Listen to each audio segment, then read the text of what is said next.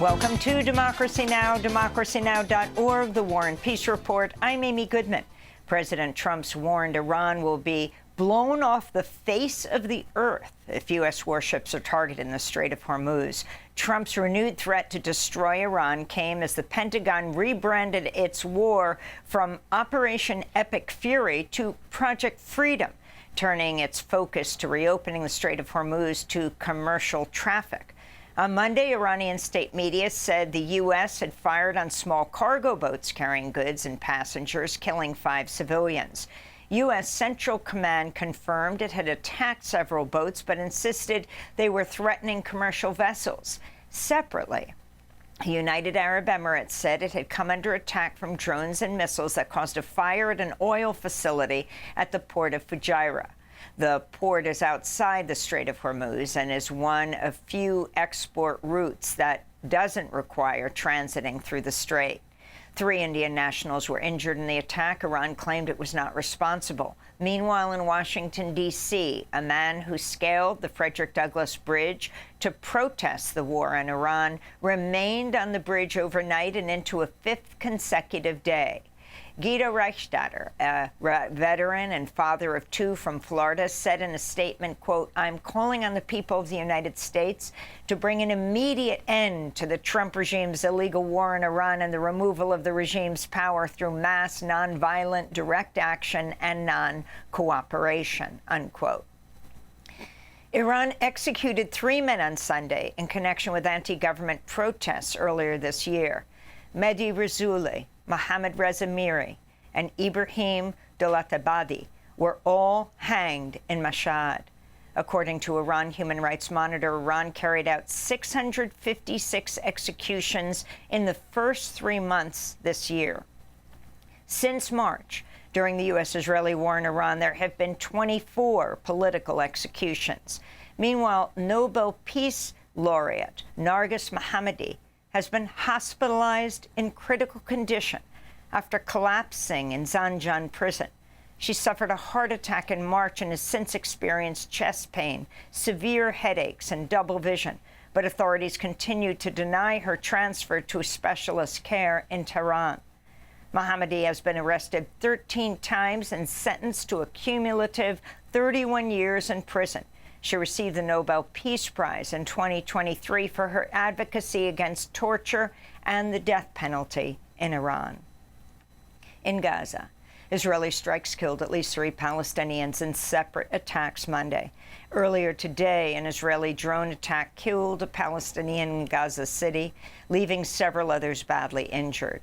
On Sunday, an Israeli military broadcaster reported its forces had expanded control of the Gaza Strip to nearly 60% of the territory and were prepared to resume a full-scale assault if ordered. In the occupied West Bank, Israeli forces shot and killed a 26-year-old Palestinian man Monday as they raided a busy commercial area of Nablus.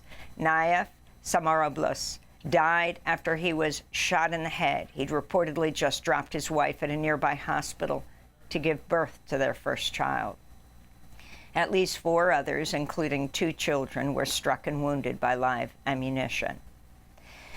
The U.S. military says it launched another strike on a vessel in the Caribbean, killing 2 people Monday. The Trump administration once again claimed the vessel was carrying drugs without providing any evidence. Since September, the Pentagon says it's killed at least 188 people in strikes on boats in the Caribbean and Eastern Pacific. The attacks have been widely condemned as illegal. Ukraine's interior minister says Russian attacks on Monday killed 14 people and wounded at least 60 others across multiple regions of Ukraine, with reports of heavy shelling and damage to residential areas. Russia's latest assault came as President Vladimir Putin said he would declare a unilateral ceasefire in Ukraine for Friday and Saturday as Russia marks Victory Day, commemorating the 81st anniversary of the defeat of Nazi Germany in World War II. Meanwhile, Russia faces a growing environmental disaster along its Black Sea coast after Ukraine struck the oil refining port of Tuapse for the 4th time in less than 3 weeks. The attacks created large oil spills, huge clouds of acrid smoke, and toxic black rain that fell on residents and contaminated more than 30 miles of coastline. In New Orleans, a federal appeals court blocked criminal court clerk Calvin Duncan from taking office Monday, which was scheduled to be his first day on the job. Duncan won election to the post in November, just 5 years after his release from prison after serving 28 years for a murder he did not commit. He was exonerated in 2021 and earned his law degree a year later at age 60. His position was eliminated last Friday when the Republican governor, Jeff Landry, signed legislation abolishing it. Governor Landry also canceled upcoming primary elections following Thursday's Supreme Court ruling, which struck down the last remaining major provision of the Voting Rights Act. On Monday, protesters marched through the streets of New Orleans, demanding an end to racist gerrymandering of Louisiana's congressional maps and the reinstatement of Calvin Duncan to his elected position. You know, Calvin Duncan won a race with 68% of the vote. You know, so that's the citizens of New Orleans. I think that should be honored and respected. And the fact that it's not, I think anybody who have a sense of right and wrong should stand up against that, because that's a direct strike against democracy. And if we don't stand against this, then, you know, America is just dissolving, as far as I'm concerned. Alabama's state legislature adjourned a special session Monday after demonstrators entered the State House in Montgomery to protest Republican plans to adopt a gerrymandered map that dilutes the power of black voters. Currently, an injunction bars Alabama from redrawing its congressional maps before 2030. But following the Supreme Court's ruling last week gutting the Voting Rights Act, Republican Attorney General Steve Marshall filed an emergency motion asking a court to lift the prohibition. This is Dee Reed, an organizer with Black Lives Matter. It is a strategic attempt to erase the Voting Rights Act, which we know is our strongest protection against disenfranchisement. Protections that were not given. Protections that were fought for right here in Alabama by the people from Selma, by the people from Greenville, by the people from Birmingham, and by the people from Montgomery.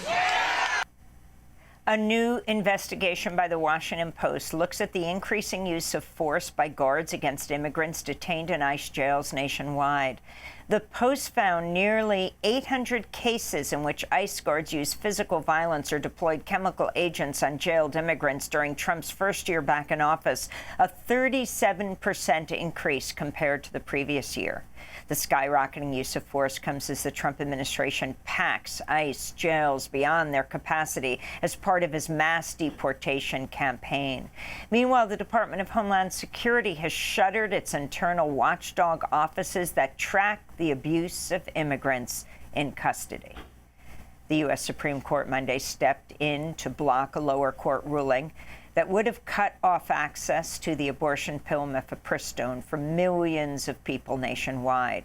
The order was signed by Justice Samuel Alito, who put a one-week hold on major changes to how the pill can be prescribed, temporarily restoring nationwide telehealth and mail access through May 11th. The temporary pause gives the Supreme Court time to consider next steps in the case as it weighs emergency requests filed by the manufacturers of mifepristone. In India, Prime Minister Narendra Modi's Hindu Nationalist Party, BJP, is tightening its political grip after winning a key legislative election in one of India's most populous states, West Bengal. The victory brought an end to 15 years of rule by Mamata Banerjee, who is one of Modi's most outspoken opponents. In the run-up to the election, an estimated 9 million people were stripped of their right to vote, removed from the voter registration in a move that disproportionately targeted Muslims in West Bengal. The 2026 Pulitzer Prize winners were announced on Monday. Palestinian photographer Sahar Al-Gora and New York Times contributor won the prize for breaking news photography for his work documenting Israel's war and siege on Gaza. M. Gesson of the New York Times won the Pulitzer Prize for opinion writing. Meanwhile, a special citation was awarded to Miami Herald investigative journalist Julie Brown for her groundbreaking reporting in 2017 and 18 that exposed Jeffrey Epstein's sex trafficking network. In Wisconsin, animal rights advocates reached a deal with Ridgeland Farms to secure the release of 1,500 beagles bred for medical experimentation. Their victory came after hundreds of activists attempted to enter a property owned by Ridgeland Farms, where beagles are held in brutal conditions, subjected to surgeries without anesthesia and other abuses. The protest earlier this month led to the arrest of at least 25 people, with police injuring scores of activists at the action. And in New York, this year's Met Gala at the Metropolitan Museum of Art faced protests on Monday. The event was sponsored by Amazon's billionaire founder Jeff Bezos and his wife Lauren Sanchez Bezos. Ahead of the gala, the activism group Everyone Hates Elon projected video interviews with Amazon workers onto the Bezos' Manhattan penthouse, alongside slogans including, "If you can buy the Met Gala, you can pay more taxes," and "No red carpet for Trump's billionaires." On Friday, the group placed hundreds of bottles of fake urine inside the Metropolitan Museum of Art, referring to complaints by Amazon workers of having to skip bathroom breaks and urinate in bottles. The group also plastered ads across the city reading, quote, "The Bezos Met Gala, brought to you by the company that powers ICE," a reference to Amazon's cloud computing contract with ICE. Amazon's labor union founder, Chris Smalls, was arrested outside the Met Gala after allegedly jumping a barricade. Meanwhile, labor unions staged a ball without billionaires in Manhattan's meatpacking district as an alternative fashion show to the Met Gala. Amazon, Whole Foods, Washington Post, Starbucks, and Uber workers walked the runway in looks by immigrant designers. This is SEIU President April Verrett. They can try to take our rights. They can try to redraw the lines. They can try to control the systems, but they will never, ever be able to replicate the brilliance, the creativity, the resilience of the people they are trying to hold down. So this ball without billionaires is not just about fashion. It is about power. It's about telling the truth, that people who sew and care and drive and cook and clean and secure, and those that create, are the ones who make everything possible. Labor is art. And those are some of the headlines. This is Democracy Now!, democracynow.org, the War and Peace Report.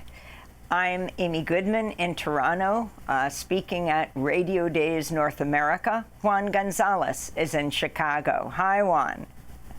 Hi, Amy, and welcome to all of our listeners and viewers across the country and around the world. Thanks for watching Democracy Now! On YouTube. Subscribe to the channel and turn on notifications to make sure you never miss a video. And for more of our audience-supported journalism, go to democracynow.org, where you can download our news app, sign up for our newsletter, subscribe to the daily podcast, and so much more.